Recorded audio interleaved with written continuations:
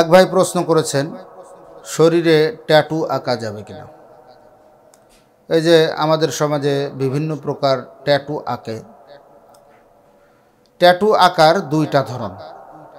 একটা হলো চামড়া ফুটো করে রক্ত বাহির করে এক প্রকারের ট্যাটু আঁকা হয়। এরকম যে ট্যাটুটা আঁকা হয় শরীরকে ক্ষতবিক্ষত করে বা শরীরকে বিকৃত করা হয়, এটা একবারে সম্পূর্ণ হারাম। আর যদি শরীরকে বিকৃত না করে কোনো ভালো ছবি, যে আমি একটা মক্কার সিল মারলাম গায়ে বা মদিনার সিল মারলাম গায়ে হাতে, যদিও এটা উচিত নয়, কারণ এই মক্কা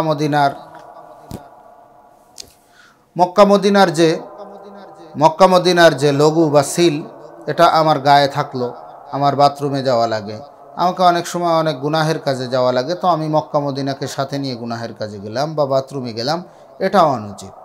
কিন্তু অন্য কোনো ট্যাটু যদি সে শরীরের ভিতরে লাগায়, ট্যাটু তো প্রথমেই বললাম যে দুই ধরনের, একটা হলো শরীর ফুটা করে, আর একটা হলো শরীরের উপরে রং দিয়ে হোক বা অন্য কোনো জিনিস দিয়ে হোক এরকম ট্যাটু করা। এরকম ট্যাটু যদিও একেবারে সরাসরি ফুকাহায়ে কেরাম হারাম বলে না, কিন্তু তারপরেও এখানে একটু ভালো সুদৃষ্টি রাখা বা সচেতন হওয়া যে আমার এই ট্যাটুর দ্বারা আমার শরীরের উপর কোনো আবরণ পড়ে যাচ্ছে কিনা। যদি আবরণ পড়ে যায়, সেখানে ওযু গোসলের সময় পানি পৌঁছাইতে যদি বাধাগ্রস্ত হয়, তাহলে ওইরকম ট্যাটু করাও হারাম। এক ভাই প্রশ্ন করেছেন যে আমরা মাথার চুল কেমন রাখব। তো মাথার চুল, পুরুষের মাথায়ও চুল আছে, মহিলাদের মাথায়ও চুল আছে।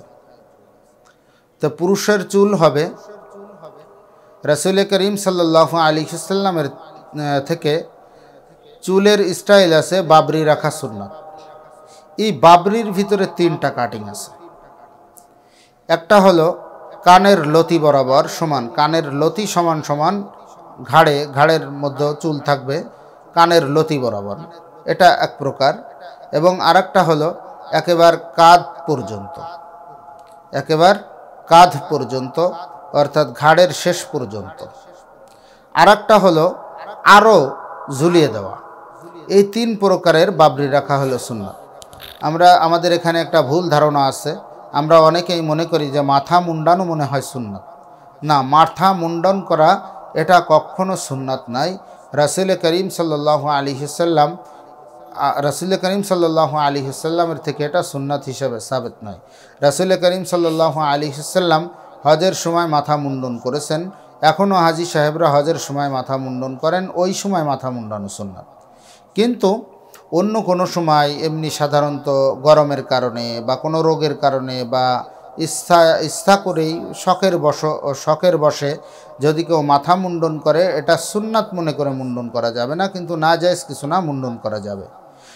কিন্তু সবথেকে আফসোস ও পরিতাপের বিষয় হলো, এখন যে আমাদের যুবক শ্রেণী যারা আছে, তারা এমনভাবে চুলের কাটিংগুলো করে, রাসূল করিম সাল্লাল্লাহু আলাইহি ওয়াসাল্লামের ওই হাদিসের সঙ্গে একেবারে সম্পূর্ণটাই মিলে। মান তাশাব্বাহা বিকওমিন ফাহুয়া মিনহুম।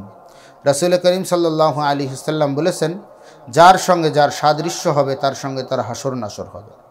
আজকে আমাদের বিশেষ করে যুবক শ্রেণীদের, যুবক ছেলেমেয়ে যারা আছে, আর মেয়েদের চুল কেমন হবে? মেয়েদের চুল হবে লম্বা, যতদূর পর্যন্ত যায়। হ্যাঁ, যদি সৌন্দর্যের জন্য সে কিছুটা অল্প আগা সেটে যদি সৌন্দর্য করতে চায়, এতে কোনো দোষের নেই। কিন্তু একেবারে সৌন্দর্য আসলে এখন তো মানুষের ভিতরে কুধারণা হয়ে গেছে, ওই সেই গল্পের মতন।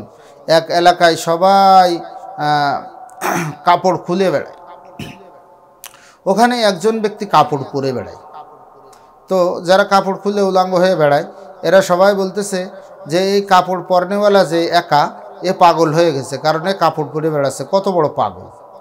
তো আমাদের মা বোনদের ভিতরে এখন এক ফ্যাশন এসে গেছে যে চুল আসলে এত খাটো করতে হবে। অনেক মা বোনদেরকে দেখা যায়, তারা মুসলিম ঘরেরই সন্তান, মুসলমানেরই মেয়ে, তাদের চুল দেখা যায় এত পরিমাণ কাটে, একবার পুরুষের মতন কাটে, খাটো খাটো করে বিভিন্ন স্টাইলে চুল কাটে। তারপরে চুলে কালার করা, এটা কালার করা তো একবারে সম্পূর্ণ, হ্যাঁ কালার যদি করে তাহলে মেহেদি দিয়ে কালার করতে পারে। তবে প্রচলিত যে হিট দিয়ে যে কালারটা করে, এই হিট দিয়ে কালার করা এটাও নাজায়েজ। মেহেদি দিয়ে সে কালার করতে পারে, কিন্তু শুধু মেহেদি দিয়ে কালার করতে পারে, অন্য কিছুর সংমিশ্রণ করা যাবে না। আর যদি কোনো যুবক মানুষের এর সঙ্গে আরেকটা প্রশ্নের উত্তর দিয়ে দিই, যে চুলের ভিতরে কলপ করে মানুষ, এই চুলের ভিতরে যে কলপ করে এটাও হয়তো কালারের ভিতরে ধরবে। তো চুলের ভিতরে যদি জন যুবক মানুষ হয় বা যুবতী মেয়ে হয়, তার চুল যদি পেকে যায়, সে কালার করতে পারবে, তাতে কোনো অসুবিধে নেই। কিন্তু ওতে যেন কোনো হারাম জিনিসের মিশ্রণ না থাকে। হালাল জিনিসের মিশ্রণ দ্বারা বা হালাল জিনিস দ্বারা যদি কালার করে তাহলে দোষের কিছু নয়, সেটা কালার করতে পারবে যদি জন যুবক হয়।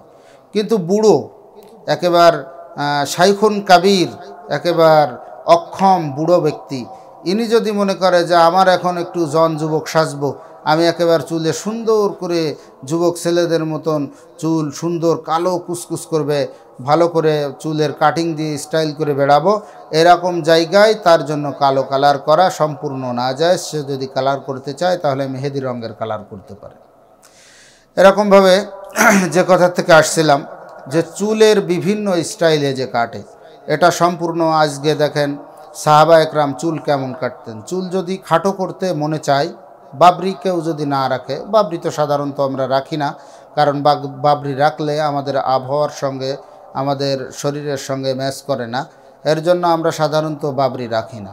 তো যারা চুল কাটি, যুবকরা যারা চুল কাটি বা বয়স্ক মানুষেরাও যারা চুল কাটি, সব সময় দেখা যায় অধিকাংশ মানুষের সামনে লম্বা পিছনে খাটো, এরকমভাবে চুল কাটা সম্পূর্ণ নাজায়েজ। চুল থাকবে একবারে চারিপাশে সমান, সামনেও যতটুকু থাকবে পিছনেও ততটুকু থাকবে। আপনার যদি লম্বা রাখতে মনে চায়, আপনি পিছনেও লম্বা রাখেন, সামনেও লম্বা রাখেন, এতে দোষের কিছু নাই। আবার অনেক সময় দেখা যায় চুল আছে, বিরাট লম্বা লম্বা চুল আছে, কিন্তু মুখে যে দাড়ি গজাইছে, দাড়িটা কাটা ওয়াজিব, এটা কেটেতে আবার চুল রাখছে। এটা কেটে যদি কেউ চুল রাখে তাহলে ওই চুল রাখাটা তখন আর বাবরি সুন্নাত হবে না, তখন বাবরি নাজায়েজ হবে। যারা দাড়িওয়ালা, এরা যদি দাড়ি না রেখে, ভালো করে খেয়াল করে শুনি, দাড়ি না রেখে যদি চুলটাকে শুধু বাবরি রাখে, তাহলে এই বাবরি রাখাটাও তখন সুন্নাত হিসাবে পরিগণিত হবে না। এই বাবরি রাখাটা তখন বিভিন্ন নায়ক নায়িকা, গায়ক গায়িকাদের ফ্যাশন হিসেবে ধরে এটাও নাজায়েজ হবে। বড় আফসোস ও পরিতাপের বিষয়, এখনকার যুবক, মুসলমানের সন্তান, এরা সাহাবা একরামকে আইডল মানে না, এরা সাহাবা একরামকে আইকন মানে না, এরা আইকন আইডল মানে নায়ক নায়িকা, গায়ক গায়িকা, খেলোয়াড়, এই সমস্ত মানুষদেরকে বা বিভিন্ন নেতা, বিভিন্ন স্টাইলে যে সমস্ত বিদেশি স্টাইল, ইউরোপিয়ান স্টাইল, কাফের মুশরিকের স্টাইল দেখে ওই স্টাইলের প্রতি অনুপ্রাণিত হয়ে সেই স্টাইলে নিজেদের চুল কাটে এবং মুসলমান হিসাবে দাবি করে, তাহলে এটা হবে একবারে সম্পূর্ণ বোকামি। কারণ মান তাশাব্বাহা বিকওমিন ফাহুয়া মিনহুম, যার সঙ্গে যার সাদৃশ্য হবে তার সঙ্গে তার হাসর নাসর হবে।